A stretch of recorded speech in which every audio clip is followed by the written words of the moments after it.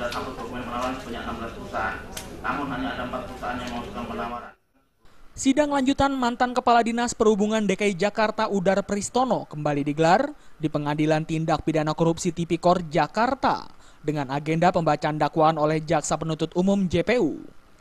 Dari isi dakwaan tersebut Pristono keberatan karena menurutnya JPU mengabaikan fakta hukum saat pemeriksaan dirinya pada pemeriksaan penyidik di Kejaksaan Agung.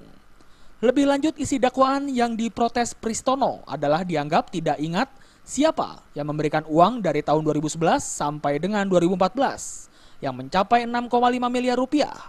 JPU melihat itu sebagai bagian tindakan gratifikasi.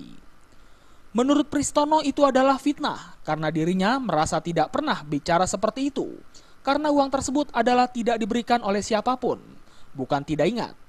Dan terkait uang yang ada dalam rekening pribadinya tersebut merupakan uang tabungan dirinya, bukan dari hasil gratifikasi melainkan uang hasil usaha pribadinya.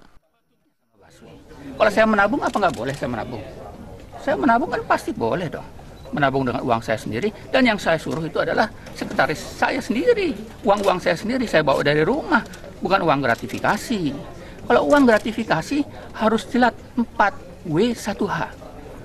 Who, what, when, where, somehow.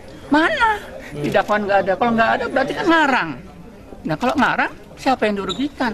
Ini kan dakwaan. Bisa membawa orang di penjara gara-gara itu. Dalam keberatannya, Udar Pristono juga memohon kepada majelis hakim untuk dibebaskan dari segala sesuatunya. Lebih lanjut, Pristono dan kuasa hukumnya akan mengajukan eksepsi atau pembelaan terhadap surat dakwaan JPU yang akan dibacakan pada sidang lanjutan hari Senin pekan depan. Dari Jakarta, Wahyu Sadiatmoko melaporkan.